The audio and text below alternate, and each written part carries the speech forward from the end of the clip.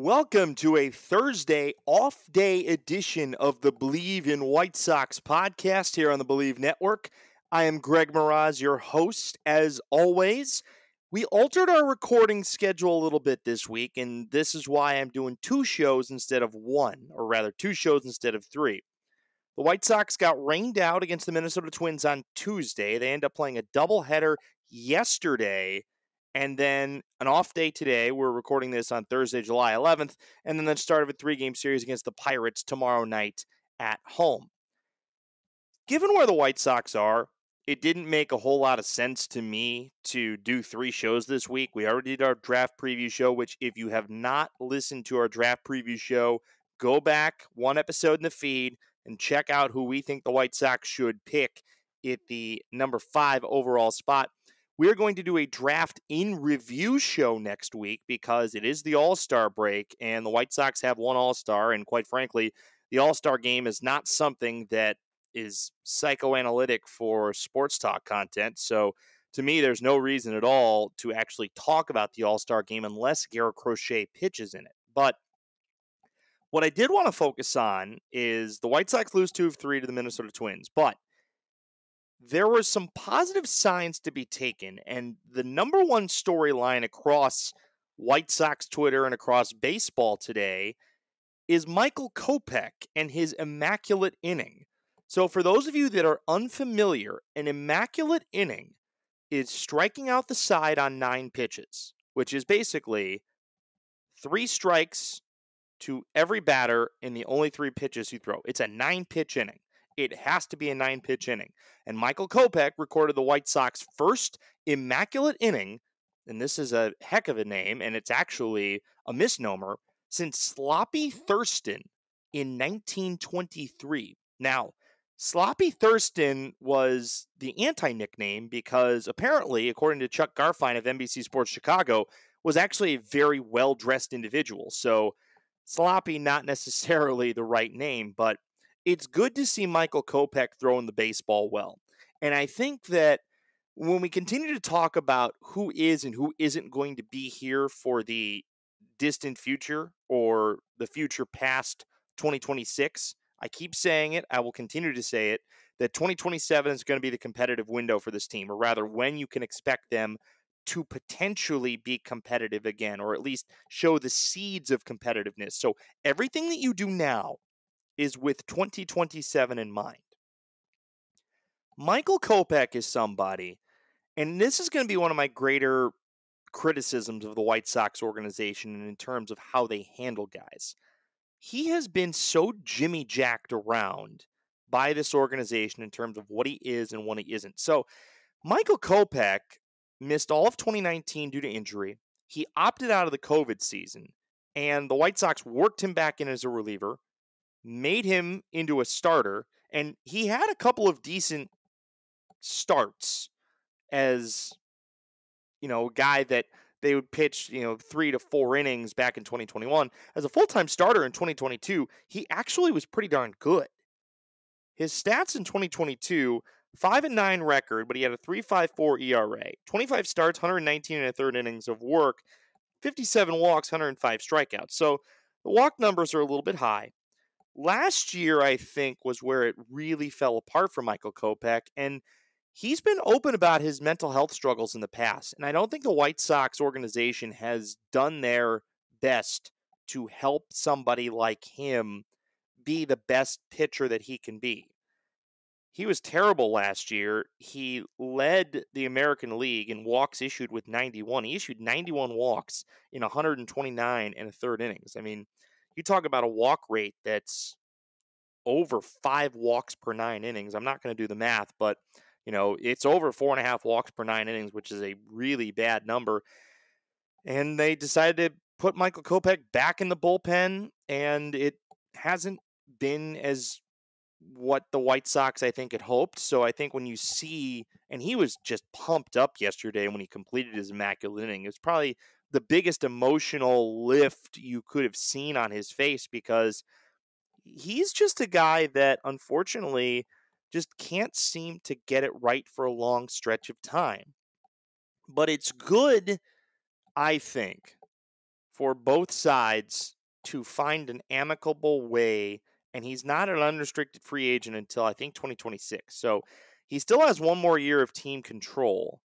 I don't know if it's free agent 2026 or 2027.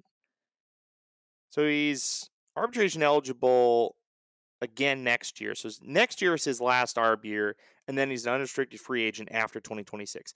I think that the White Sox need to find a way to trade Michael Kopech at some point before this trade deadline. He needs a change of scenery. For better or for worse. Well, hopefully for better. But I don't think he is a part of this team when they're in their competitive window again. And I think he needs to just go somewhere else and be able to start over. See if he can be a starter again. Or if not, have a team, whatever team you trade him to, whether they're competitive now or whether they're looking to be competitive next year, he's a project where you say, we're going to have you be this, whether you're a starter or a reliever. We're going to have you in this role. We're going to keep you in this role, and we're not going to mess with you. Because all the White Sox have seemingly done is messed with Michael Kopech. And I really wanted him to live up to the potential that everybody saw when he was a prospect coming up through the Red Sox minor league system. The potential that people saw when he was included in the trade to the Red Sox that gave Chris Sale away. I think they saw Kopech as a guy that could be the next Chris Sale, albeit right-handed instead of left-handed, but a fireballer that could be one of the best starters in the American League for years to come. And unfortunately, injuries and the pandemic and all of the circumstances that he's had to deal with have just made it so that he's not the guy that people thought he was going to be. But still, pretty awesome that Michael Kopech threw an immaculate inning, looked good and comfortable in the closer role, because it's not something I think you have to have a mentality to be a closer. And just because you throw hard doesn't necessarily mean you're going to be a closer. The White Sox just didn't set up the kind of roster to where they really had a true closer now that Liam Hendricks is no longer in the organization. And Liam Hendricks was not this team's closer for the last half of last year because of his injuries. So I think the White Sox closer is not a priority for them right now. They just need to develop pieces that are going to be a part of your bullpen for years to come. And Michael Kopech is just not that guy. But he could be somebody else's closer or setup guy that needs him down the stretch, wherever that is. And a lot of our episodes, I think, in the next 3 weeks are going to end up being reviews of trades that the White Sox made, giving away a vet and seeing what the prospect return is coming back. And I think for a lot of these veterans, it's being fair to them in knowing that there's no future for them in the Chicago White Sox organization. And I know that it feels like, if you've been listening to us since I took over as the host of this show, it seems like there's a repetitive topic about, is this guy here for the long term, or is that guy here for the long term, or is he a short-term guy? Is he a long-term guy? I am not obviously the judge, jury, and executioner of all these decisions. But I think that if you're still on the team and you're under team control past this year or past next year, so meaning that you could be under team control in 2026, you have the potential to be part of the organization for longer than that. And the guys that I get concerned with when we talk about that, and I've said it a million times, it feels like, and I'll say it till I'm blue in the face, and it'll be a segue into our second topic: Luis Robert Jr., Andrew Vaughn, and Garrett Crochet. Vaughn is the one of those three guys that, if he gets traded, I won't completely disagree with it. I won't completely agree with it. And again, like we said on our draft preview show, if they end up taking Jack Caglianone, who is the first baseman left-handed pitcher out of Florida, then what that means is that they will move off of Andrew Vaughn at some point in the next couple of years. And he may be a guy that needs a change of scenery as well. Eloy Jimenez, I don't know what you do with him at this point. I think you just have to ride out his contract, and if they can get value for him at some point next year, he'll be on the White Sox 2025 opening day roster. I think the White Sox are just hoping that at some point he can refine who he is, and then they'll be able to trade him and get some value out of him. But at this point, unfortunately, I don't think Eloy Jimenez is a guy that is going to be a part of your franchise when you hit that competitive window again. And neither is Michael Kopech. But one other guy that I think is really worth paying attention to when we're talking about the trade market is somebody that I think he pitched the first part of the first game, the doubleheader yesterday. I want to make sure that I got this, but he did pitch yesterday, and that was Erick Fedde. How come I can't spell Erick Fedde correctly? Or at least it seems like I can't spell Erick Fedde's name correctly. So, Erick Fedde, the White Sox signed to a 2-year contract that is a very reasonable price point. $7.5 million AAV. It's a 2-year, $15 million contract. And they got him out of Korea. Erick Fedde is a guy that I remember covering when he was in the Cape Cod Baseball League. He was a first-round pick, the 18th overall pick by the Nationals out of UNLV. He had great stuff. Now, he's had injury issues. I believe he had Tommy John at one point in his minor league career. But Erick Fedde's a guy that never really developed into what I think the Nationals hoped he was going to be. And his last year in 2022, he had a 5.81 ERA in 27 starts, 127 innings.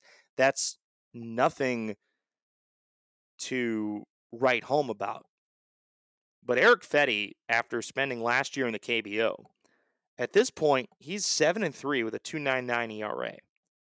In 19 starts, he's pitched 111 innings so far, 30 walks, 99 strikeouts.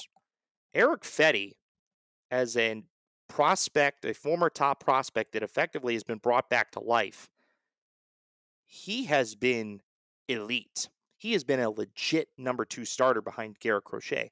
And the thing that's really sad, you think about the lack of White Sox wins. Garrett Crochet's got 6 wins. Erick Fedde's got 7. 2 starting pitchers basically have half your wins. That's the state of the Chicago White Sox at this point. But Erick Fedde is not a young guy at this point. He's 31 years old. He's got a year left on his contract, which means he is going to be a very, very valuable piece at the trade deadline. The question is, what team is going to give the White Sox what they want? And this is why a guy like Erick Fedde, and I want to get his game log from yesterday because I think that it's worth looking at some of his game logs and seeing what he's done.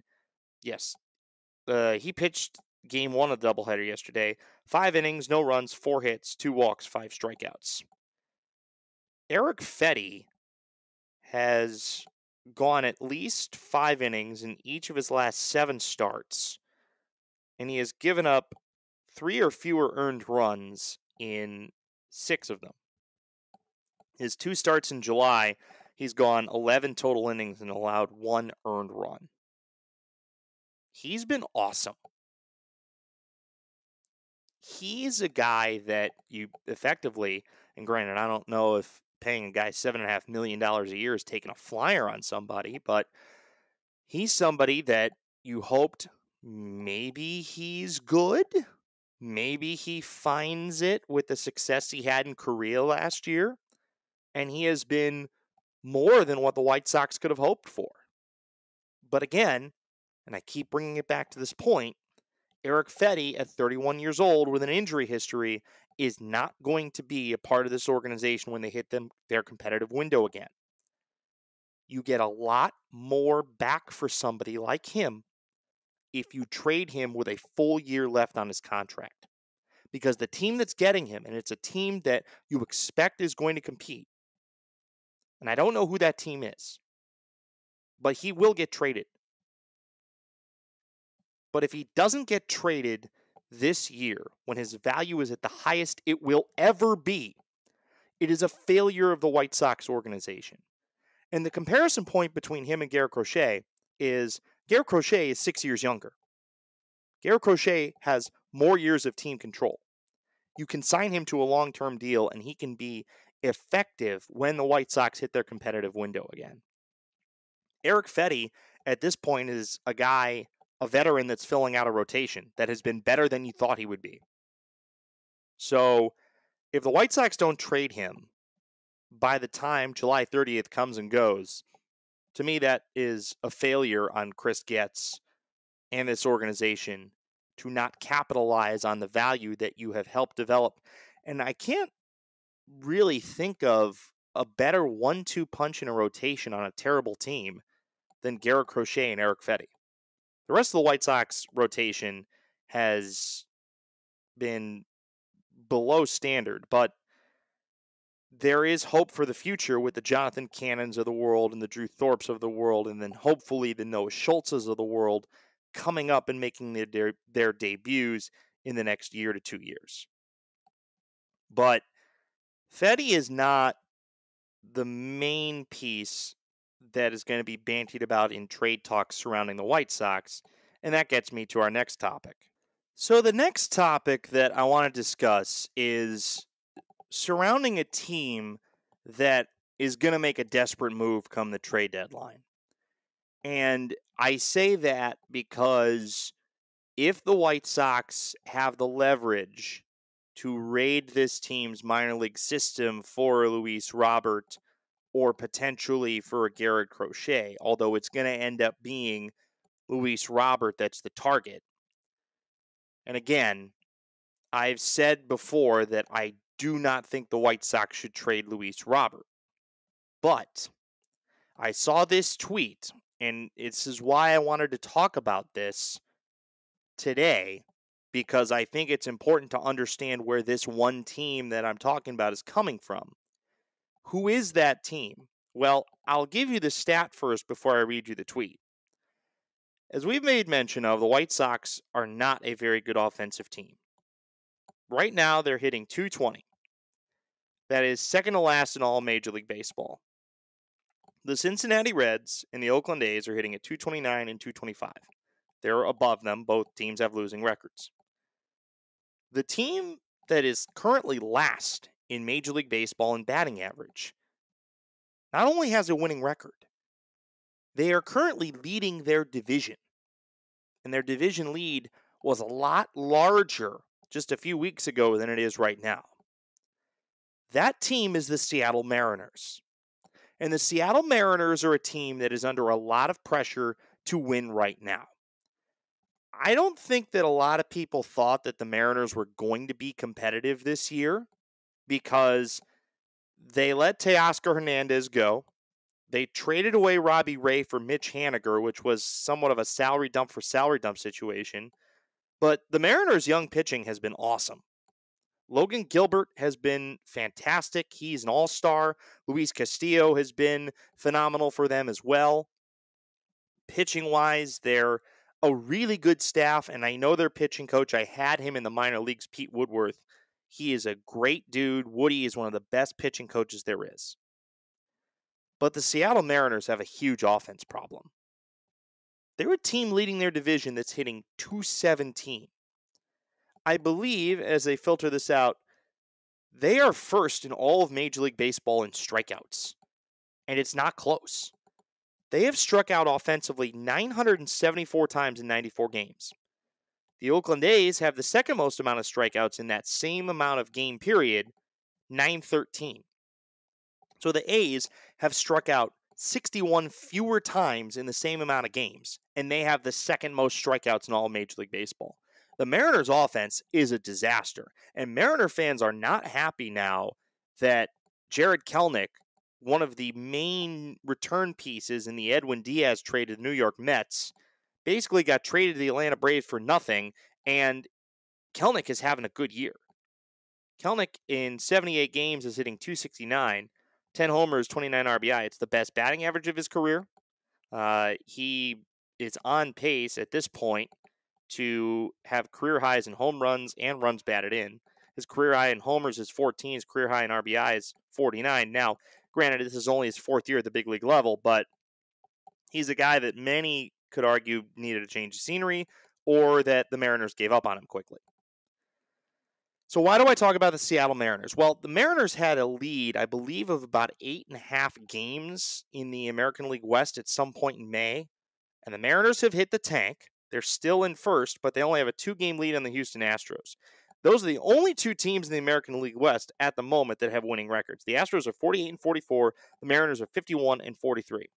The Texas Rangers are 6.5 behind. They're the defending World Series champions, but they have had a disastrous year so far, given what their expectations were being defending World Series champions. They're not a part of the conversation. The Mariners have the best pitching of all of those 3 teams. And while I don't think they can compete with the Orioles, the Yankees, the Guardians, I think that they still should probably win the American League West. But there's pressure on Jerry Dipoto to make a move. There's pressure on them to improve this offense. And whether that's a short-term move or a long-term move, the Mariners are going to get desperate because they know they have to improve this offense now in order to win the division and be competitive in a year that sets up well for them. The Astros are down. The Rangers are underwhelming. The A's and the Angels are not worth talking about. This is the Mariners' year, and they have to capitalize on it. So if you're a team like the White Sox, you can hold them hostage for prospects that will probably end up being very good major league players. I have not done a deep dive into Seattle's minor league organization. I used to be a Seattle Mariner minor league broadcaster, but no longer of my biggest concerns. You look at Seattle individually. I said I was going to get to the tweet. So, Dave Softy Mahler, who is a legendary sports talk host at KJR 93.3 in Seattle, tweeted that Jim Bowden, the former Nats GM and now baseball GM darling, just told Softy on his show, this was 2 days ago, that the Mariners have been talking to 3 different teams about 3 specific players. To the Sox about Luis Robert Jr., to the Cubs about Cody Bellinger, and to the Marlins about Jazz Chisholm. So, all 3 of those teams, the Cubs, the Sox, and the Marlins, are all sellers. The Cubs have gone quickly from being in the wild card race to they are done. Now, Cody Bellinger is in the first year of a 3-year contract. The Cubs really didn't get better, and Bellinger's having a solid year, but there was a report that came out this morning from Jesse Rogers of ESPN Chicago that Cody Bellinger is probably going to go on the IL. He's got a hand issue, I think. I can't remember what it was, but they're calling somebody up from AAA Iowa to go to Baltimore, where the Cubs are right now, because there's an issue with Cody Bellinger. The Mariners' outfield is a disaster hitting-wise, and that is with a guy that a lot of people thought was going to have an ascending career at this point in Julio Rodriguez that is having, relatively speaking, a disappointing year. Julio's hitting .253, 9 homers, 32 runs batted in. His on-base is at .301. Good, but not where Julio has been in the past. And you want to do a comparison on Julio Rodriguez from past years, you just pull up his 2022 and 2023 stats just to give you an idea of where he was as a rookie and then where he was last year. So he made the All-Star team his rookie year and his second year. Rookie year, 28 homers, 75 RBI, hit .284. 32 homers, 103 runs batted in. Last year hit .275 with on-base percentages of .345 and .333. So a lot better his first 2 years. This year, he's fallen off the map. I mean, his OPS plus as a rookie, 147, 129 last year, only 90 this year. His OPS is at 651, which is not what you expect from Julio Rodriguez. But to summarize it up in terms of where the Mariners are as a collective offensively, Julio Rodriguez is hitting .253. Of any Mariner, now I'm not just talking, over 250 at-bats or over 200 at-bats. Of any Mariner with over 50 at-bats, that's a small sample size. You can bring in guys that maybe were up for a week, they could get, 50 at-bats. Do you know where Julio Rodriguez's .253 batting average ranks on the Mariners of players with over 50 at-bats? First. He leads the team in batting average at .253. Look at some of these other averages. Josh Rojas, .250. He's an infielder. Luke Raley, he first baseman outfielder, .249. Ty France, .229. Dylan Moore, .213. Mitch Haniger, he's got 250 at-bats. He's hitting .209. Dom Canzone, 142 at-bats. He's hitting .211. Mitch Garver, who is a DH, he's got 260 at-bats. He's hitting .174. This Mariners team needs offense. And the White Sox may be the team to give it to them. And if it's not Luis Robert, maybe it is Tommy Pham. Maybe it is Paul DeYoung.